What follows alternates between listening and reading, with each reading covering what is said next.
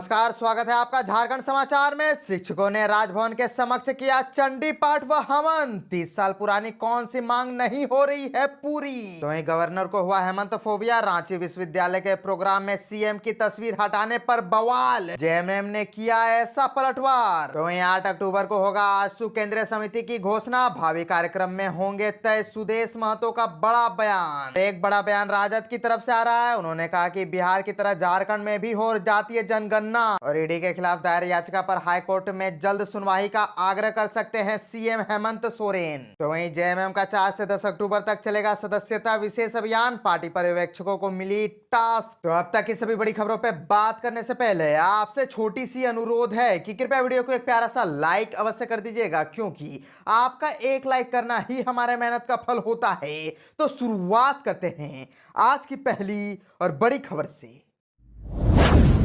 इस वक्त की बड़ी खबर झारखंड से आ रही है, जहां शिक्षकों ने राजभवन के समक्ष किया चंडी पाठ व हवन। 30 साल पुरानी कौन सी ऐसी मांग है जो पूरी नहीं हो रही। दरअसल राजभवन के समक्ष आयोजित महाधरना में वित्त रहित इंटर कॉलेज, उच्च विद्यालय, संस्कृत विद्यालय व मदरसा के शिक्षक बारिश में लगातार डटे रहे। बारिश में भीगते हुए शिक्षक धरना पर बैठे रहे। शिक्षकों व कर्मचारियों को राज्यकर्मी का दर्जा देने और सरकारी कर्मियों के समान वेतन देने की मांग कर रहे थे। धरना स्थल पर पीला वस्त्र पहने संस्कृत विद्यालय के शिक्षकों ने पूरे विधि विधान पूर्वक चंडी पाठ किया। अंत में हवन करते हुए सरकार को सद्बुद्धि देने की दुर्गा मां से प्रार्थना की। महाधरना के बाद राज्यपाल के नाम राजभवन में मांगों से संबंधित ज्ञापन सौंपा गया। और आपको बताते चले कि इससे पूर्व राज्य के विभिन्न जिलों में आए सैकड़ों शिक्षक सुबह 10 बजे से ही राजभवन के पास एकत्र होने लगे थे।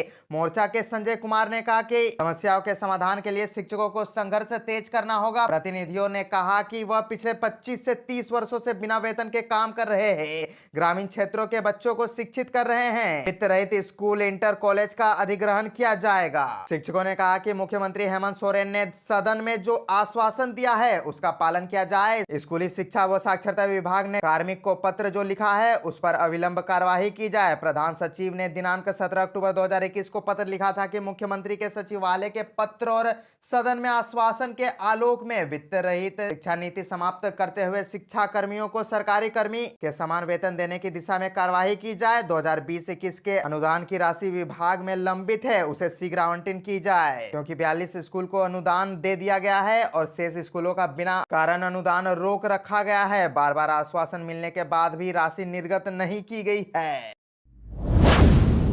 गवर्नर को हुआ हेमंत फोबिया। रांची विश्वविद्यालय के प्रोग्राम में सीएम की तस्वीर हटाने पर हुआ बहुत ही भयंकर बवाल। जेएमएम ने किया पलटवार। दरअसल रांची विश्वविद्यालय द्वारा आर्यभट्ट सभागार में स्वच्छता पर हुए कार्यक्रम में मुख्यमंत्री हेमंत सोरेन की तस्वीर हटाए जाने के मामले को लेकर सत्तारूढ़ झारखंड मुक्ति मोर्चा में गहरी नाराजगी है। पार्टी ने इस घटना को लेकर राज्यपाल सीपी राधाकृष्णन पर कड़ा प्रहार करते हुए राजभवन के साथ साथ रांची विश्वविद्यालय के पदाधिकारियों को भी निशाने पर लिया है। पार्टी ने इसके लिए जिम्मेदार पदाधिकारियों के विरुद्ध भी कड़ी कार्रवाई की मांग उठाई है। बताया जाता है कि मुख्यमंत्री हेमंत सोरेन ने भी इस घटना को काफी गंभीरता से लिया है। वे इस प्रकरण से खासे नाराज है। राज्य सरकार इस मामले में राज्यपाल को पत्र लिखकर कड़ी आपत्ति दर्ज करा सकती है। झारखंड मुक्ति मोर्चा के महासचिव सह राज्य समन्वय समिति के सदस्य विनोद पांडे ने इस घटना पर कहा कि यह सिर्फ मुख्यमंत्री का ही नहीं बल्कि समस्त आदिवासी समुदाय का अपमान है। जिस किसी के इशारे पर यह कृत्य हुआ उसकी पहचान कर कड़ी कार्रवाई की जाएगी। उन्होंने कहा कि सीएम को इस कार्यक्रम में जाना था, लेकिन उनके नहीं पहुंचने पर कार्यक्रम से ठीक पहले उनकी तस्वीर हटाना दुर्भाग्यपूर्ण है। यह कहीं न कहीं बहुत ही बड़ी साजिश है। झामुमो इस पर चुप्पी नहीं बैठने वाली है। राजभवन का सरकार के प्रति रवैया को शीघ्र ही पार्टी पर्दाफाश करेगी। उन्होंने कहा कि भाजपा और बाबूलाल मरांडी के साथ साथ राज्यपाल को भी हेमंत फोबिया हो गया है। राज्यपाल जैसे पद पर रहकर किसी खास पार्टी के लिए काम करना उनको शोभा नहीं देता है। आपको बता दें कि रांची विश्वविद्यालय द्वारा 1 अक्टूबर को भारत स्वच्छता अभियान को लेकर आयोजित कार्यक्रम में राज्यपाल सीपी राधाकृष्णन मुख्य अतिथि थे। उनके पहुंचने से पहले राजभवन के अधिकारियों ने कार्यक्रम स्थल का जायजा लेने के क्रम में यह कहते हुए मुख्यमंत्री की तस्वीर हटवा दी थी कि जब प्रधानमंत्री की तस्वीर नहीं है तो मुख्यमंत्री की तस्वीर कैसे हो सकती है। ईडी के खिलाफ दायर याचिका पर हाई कोर्ट में जल्द सुनवाई का आग्रह कर सकते हैं सीएम। सीएम हेमंत सोरेन के द्वारा ईडी के समन के खिलाफ दायर याचिका पर हाई कोर्ट से जल्द सुनवाई का आग्रह किया जा सकता है। जानकारी के मुताबिक हेमंत सोरेन से अधिवक्ता उनकी याचिका पर जल्द सुनवाई का आग्रह कर सकते हैं। ईडी ने मुख्यमंत्री हेमंत सोरेन को 5वां समन जारी कर 4 अक्टूबर को पूछताछ के लिए बुलाया है। इससे पहले 23 सितंबर को मुख्यमंत्री हेमंत सोरेन ने ईडी के समन के खिलाफ हाईकोर्ट की शरण ले ली है। मुख्यमंत्री ने हाईकोर्ट में याचिका दाखिल कर ईडी की कार्रवाई पर रोक लगाने की मांग करते हुए इस मामले में हस्तक्षेप करने का आग्रह किया है। इसके साथ ही याचिका में ईडी की शक्तियों को भी चुनौती दी गई है। इससे पहले मुख्यमंत्री ने ईडी के समन को सुप्रीम कोर्ट में भी चुनौती दी थी। वहीं 23 सितंबर को सीएम ने ईडी को पत्र लिखकर यह आग्रह किया था कि जब तक हाईकोर्ट के मामले की सुनवाई नहीं हो जाती तब तक एजेंसी की ओर से कोई कार्रवाई न की जाए। और एक बड़ी खबर झारखंड से आ रही है कि झारखंड में भारी बारिश से तबाही, लाखों की फसल बर्बाद, कई के घर गिरे, कराया जा रहा नुकसान का सर्वे। दरअसल बारिश से क्षेत्र में कई पेड़ जड़ से उखड़ गए हैं। इस कारण कई बिजली के खंभे गिर गए हैं। पिछले 2 दिनों में 44 mm बारिश रिकॉर्ड की गई है, जो इस साल 2 दिनों के भीतर सबसे अधिक बारिश का रिकॉर्ड है। बारिश में हुए नुकसान को लेकर प्रखंड प्रशासन सर्वे करा रहा है और बारिश के कारण प्रखंड सह अंचल कार्यालय परिसर के मुख्य गेट पर खड़े कर पेड़ गिर गया। इससे प्रखंड सह अंचल कार्यालय परिसर का 4 दीवारी ध्वस्त हो गई। इसके साथ ही बिजली के 4 खंभे भी जमीन से उखड़कर गिर गए। बिजली का तार टूट गया। इससे लगभग 1 घंटे तक बिजली आपूर्ति बाधित रही। बारिश होने के कारण खेतों में लगी सब्जियों को भी भारी नुकसान हुआ है। खेतों में लगे आलू, टमाटर, फूलगोभी, बंधा गोभी समेत विभिन्न प्रकार के साग सब्जियां भी नुकसान में डूब गई। और एक बड़ी खबर झारखंड के मौसम को लेकर के आ रही है कि बंगाल की खाड़ी में लो प्रेशर से झारखंड में मूसलाधार बारिश होगी, भयंकर बारिश, और 6 जिलों में ऑरेंज अलर्ट जारी कर दिया गया है। झारखंड में 6 अक्टूबर तक होगी तेज वर्षा। दरअसल उत्तर पश्चिमी बंगाल की खाड़ी में बने निम्न दबाव का असर झारखंड में दिखने लगा है। 30 सितंबर से ही राजधानी रांची सहित राज्य के कई जिलों में बारिश होने लगी और आज इसके और भी प्रभावी होने की उम्मीद है, जिसके बाद कई जिलों में भारी बारिश होगी। निम्न दबाव के कारण राज्य में विभिन्न जिलों में अलग अलग दिनों में कहीं कहीं भारी बारिश हो सकती है। मौसम केंद्र ने जिसको लेकर ऑरेंज और येलो अलर्ट जारी किया है। विभाग ने राज्य के 6 जिले में ऑरेंज अलर्ट और 7 जिलों में येलो अलर्ट जारी किया है। अलर्ट के दौरान वज्रपात की काफी ज्यादा आशंका होती है। ऐसे में मौसम विभाग ने लोगों से इससे बचने की अपील की है। और बता दें कि ऑरेंज अलर्ट जिन जिलों में जाहिर की गई है उनमें से साहिबगंज, धनबाद, बोकारो, पूर्वी सिंहभूम, पश्चिम सिंहभूम और सरायकेला खरसावा है।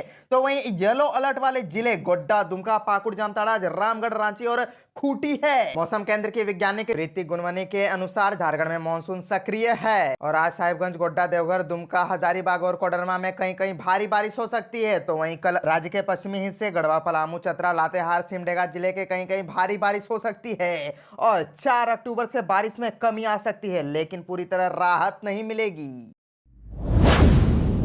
सुदेश महतो का बड़ा बयान, 8 अक्टूबर को होगा आजसू केंद्रीय समिति की घोषणा, भावी कार्यक्रम होंगे तय। मिशन 2024 के तहत आजसू पार्टी भी कमर कसने जा रही है। केंद्रीय महाधिवेशन में फिर से केंद्रीय अध्यक्ष चुने जाने के बाद पार्टी प्रमुख सुदेश महतो 8 अक्टूबर को अपनी नई टीम यानी केंद्रीय पदाधिकारियों की घोषणा करेंगे। सुदेश महतो ने कहा कि 3 दिवसीय केंद्रीय महाधिवेशन के सफल आयोजन के लिए सभी को बधाई दी। उन्होंने महाधिवेशन को राज्यव्यापी, ऐतिहासिक और सफल बनाने के लिए उनके प्रति आभार प्रकट किया।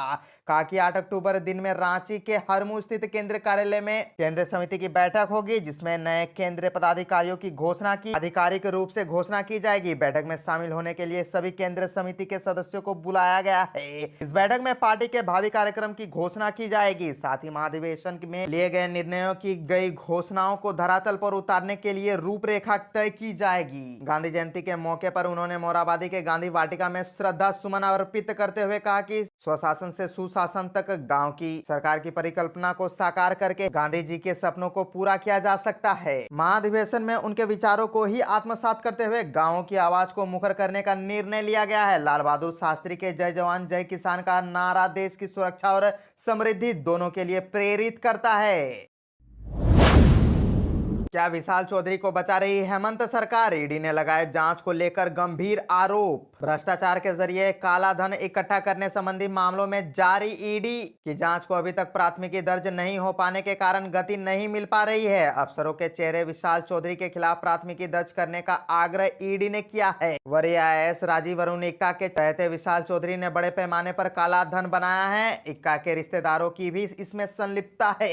ईडी को अपनी जांच आगे बढ़ाने के लिए पहले ईसीआईआर करना होगा। ईडी को ईसीआईआर करने के लिए संबंधित मामले में कहीं भी प्राथमिकी दर्ज होना आवश्यक है। यही वजह है कि ईडी ने राज्य सरकार को अपनी प्रारंभिक जांच की रिपोर्ट सौंपी है और प्राथमिकी दर्ज करने की अनुशंसा की है। जैसे ही प्राथमिकी दर्ज होगी, ईडी उस प्राथमिकी के आधार पर ईसीआईआर करेगी और फिर जांच आगे बढ़ेगी। साहिबगंज में 1000 करोड़ के अवैध खनन मामले में जांच के क्रम में ही ईडी को नेता व नौकरशाहों के काले धंधे के निवेशक विशाल चौधरी के बारे में जानकारी मिली थी। ईडी ने विशाल चौधरी के ठिकानों पर छापेमारी भी की थी, जिसमें उसका मोबाइल व अन्य कई डिजिटल दस्तावेज भी मिले थे। इस वक्त राज्य के गृह कारा एवं आपदा प्रबंधन विभाग के प्रधान सचिव राजीव वरुण इक्का, जिन्होंने बहनोई निशीथ केसरी के ठिकानों पर भी ईडी ने छापा मारा था।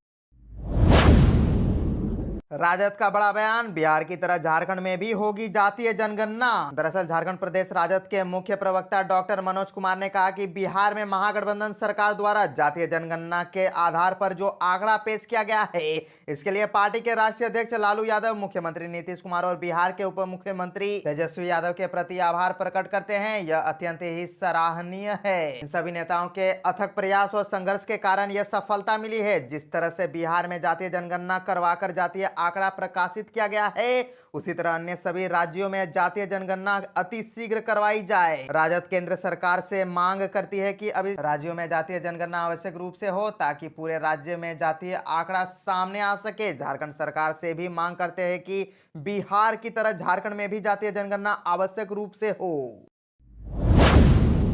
जेएमएम का 4 से 10 अक्टूबर तक चलेगा सदस्यता विशेष अभियान, पार्टी पर्यवेक्षकों को मिली टास्क। दरअसल जिले में 2 लाख सदस्य बनाने के लक्ष्य को हासिल करने के लिए झामुमो की ओर से आगामी 4 अक्टूबर से विशेष अभियान चलाया जाएगा। इसके लिए प्रखंडवार पर्यवेक्षकों की नियुक्ति कर पार्टी ने उन्हें कार्य दायित्व और जिम्मेदारी सौंप दी है। बता दें कि पार्टी के केंद्रीय महासचिव विनोद पांडे ने वीडियो कॉन्फ्रेंसिंग कर जिला कमेटी के पदाधिकारियों को हर हाल में 2 लाख सदस्य बनाने का लक्ष्य हासिल करने का टास्क दिया था। यही नहीं, पार्टी ने सरकार की योजना सीधो कानू खेल क्लब से प्रत्येक गांव के 25 युवाओं को जोड़ने का भी ऐलान किया है। इस दिशा में जिला कमेटी की ओर से सदस्यता अभियान चलाने के लिए बैठक का प्रखंडवार पर्यवेक्षक की नियुक्ति की गई। जेएमएम केंद्रीय कमेटी के सदस्य सह पूर्व जिलाध्यक्ष राजेश मंडल ने बताया कि प्रथम चरण में जिले के सदर प्रखंड गोड्डा, बसंत राय, पथरगामा, ठाकुरगंगटी और पोड़ैयाहाट प्रखंड के सदस्यता अभियान 4 से 10 अक्टूबर तक चलाया जाएगा।